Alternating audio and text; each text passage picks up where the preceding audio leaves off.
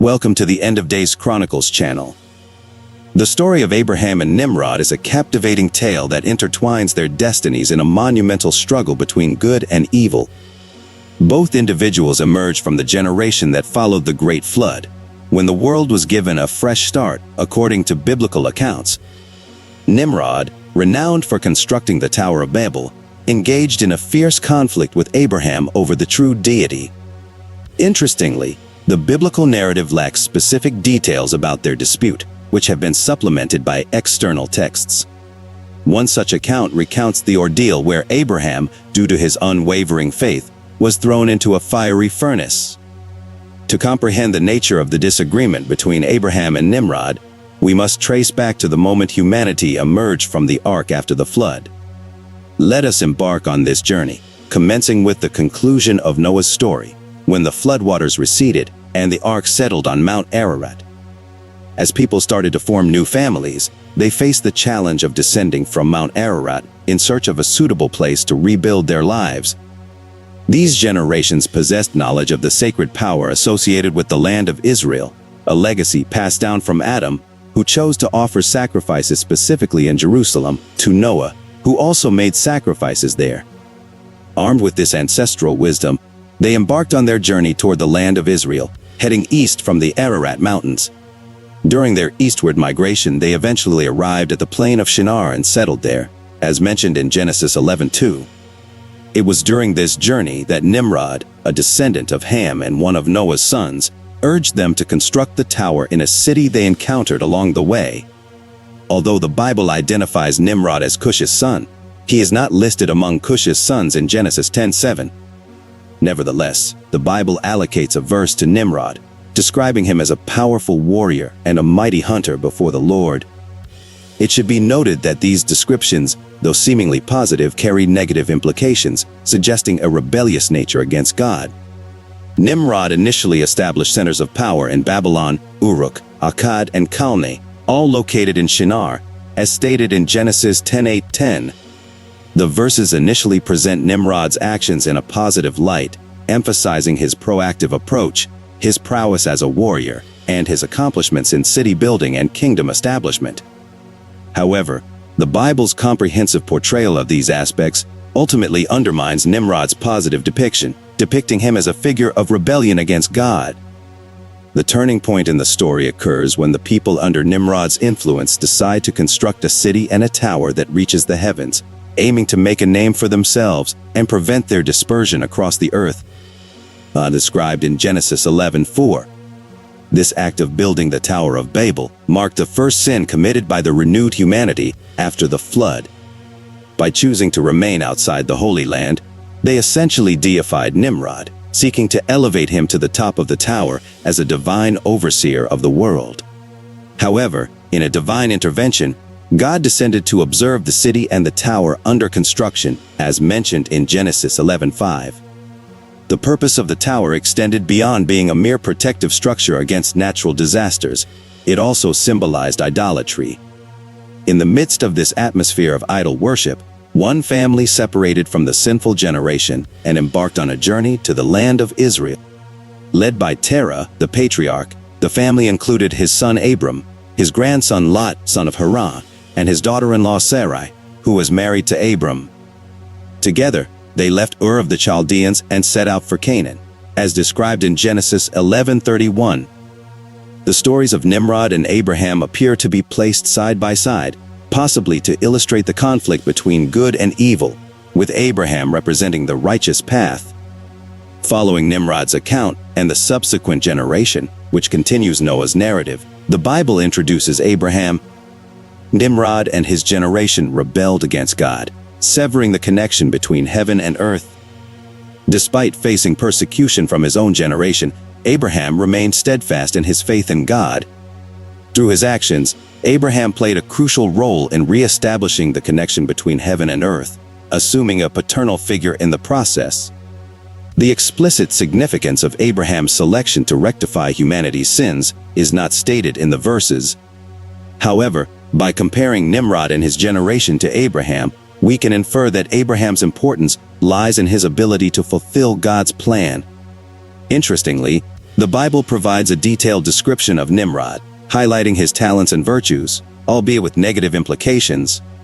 In contrast, Abraham's significance lies precisely in the absence of such descriptions, as he possesses the necessary qualities and virtues to carry out God's plan.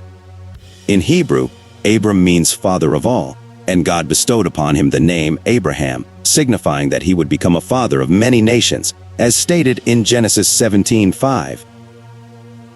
In the book of Genesis, particularly in Genesis 17:5, it is recounted how Abraham fulfilled the desires of Nimrod, the ruler of that time.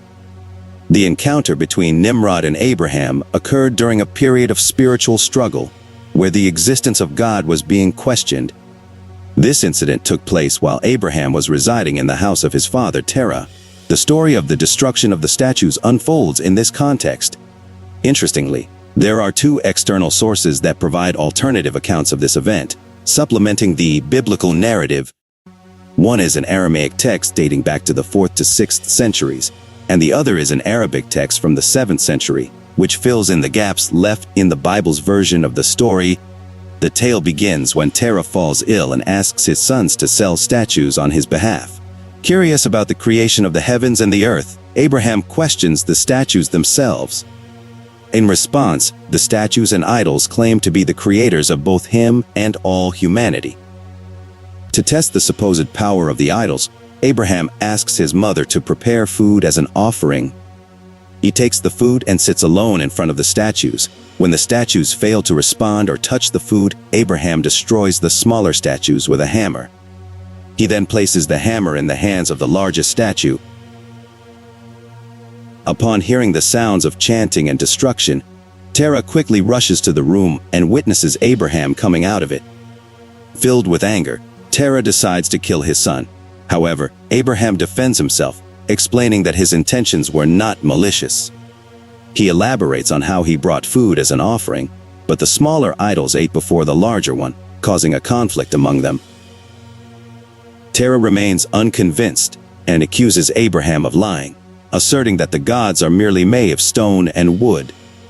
In response, Abraham proves to his father that without the spirit of life within them, these idols could not have created the world and everything in it.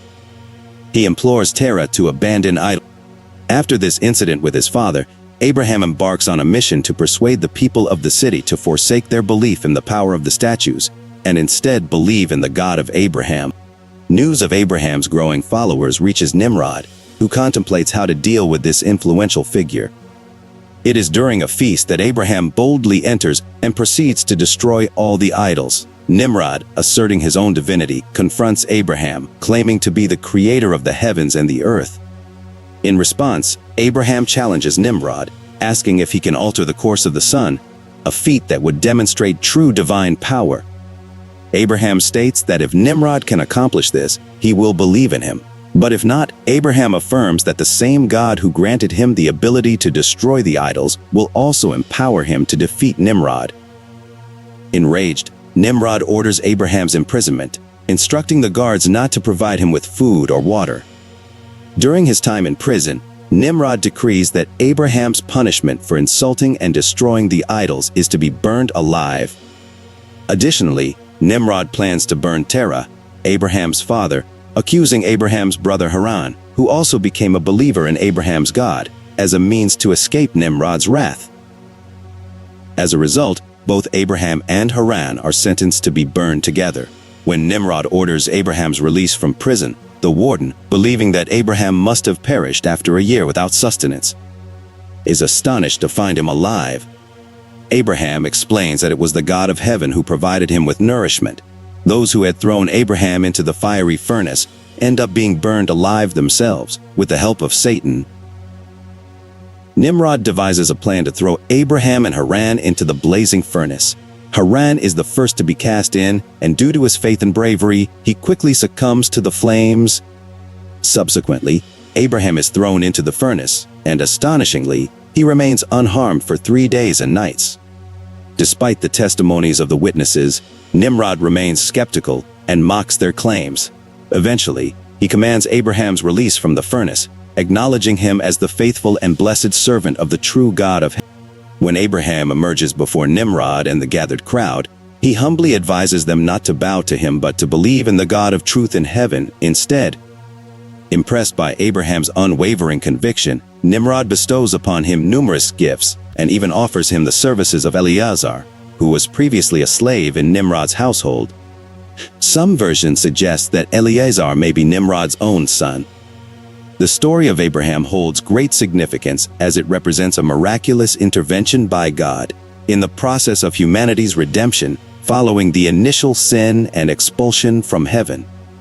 This process began with the flood and the subsequent restart of civilization. Nimrod and the construction of the Tower of Babel symbolize humanity's rebellion against God after the flood. However, Abraham, chosen by God as a leader, emerges as the catalyst for the ongoing process of redemption. In conclusion, the story of Abraham's encounter with Nimrod and the destruction of the idols demonstrates divine intervention, the triumph of faith, and the beginning of a transformative journey for humanity. It serves as a reminder of the power of belief and the role of chosen individuals in shaping the course of history. If you found this retelling of the story enlightening, we encourage you to share it with your friends. Feel free to leave a comment below to share your own insights, and don't forget to subscribe to our channel for more informative and engaging content. Thank you for your attention. May God bless you.